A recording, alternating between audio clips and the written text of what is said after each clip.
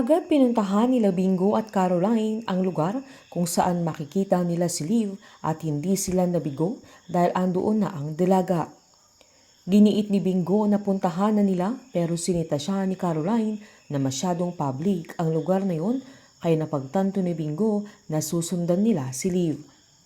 Nang sumakay na ang dalaga sa kotse niya ay agad nilang sinundan at kinausap pa ni Bingo ang isang tauhan nang pinuntahan ni Liv at nagpunta siya doon sa resto kung saan i-feature niya dahil isa siyang influencer.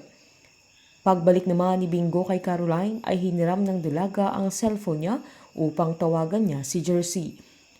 Nag-check-in pa silang dalawa sa hotel na kinagulat ni Bingo kaya tinanong niya ang dalaga pero pinaliwanag naman ni Caroline na magtiwala lang siya sa kanya.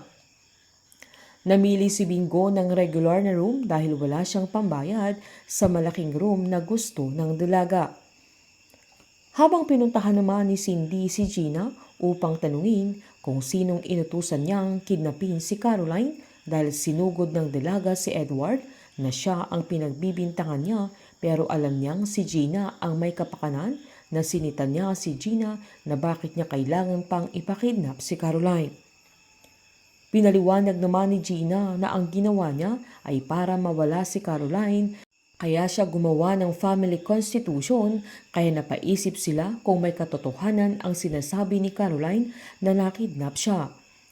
Walang kamuang-muang si Cindy na ang kanyang anak ang nagpakidnap sa dalaga na balak pa niya itong ipapatay pero dahil wala siyang pangbayad ay kailangan niyang umalis sa kanilang bahay dahil pinagbantaan siya ni Tomas.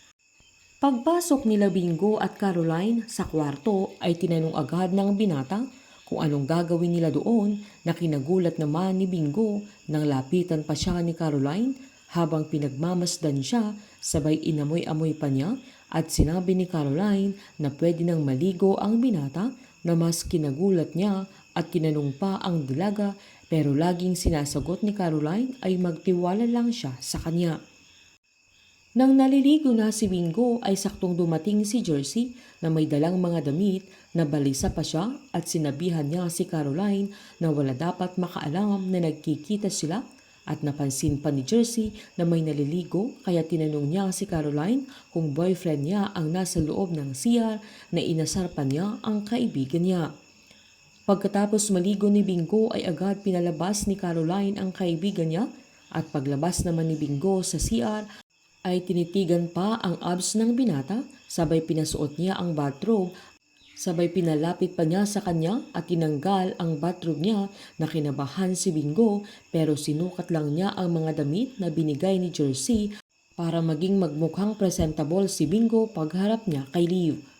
Habang sa paglabas ni Caroline ay narinig niya ang boses na Irene kaya nagtago siya at doon niya narinig na si Irene mismo ang mastermind sa pagpapakidnap sa kanya na kailangan pa niyang magbayad ng malaking halaga.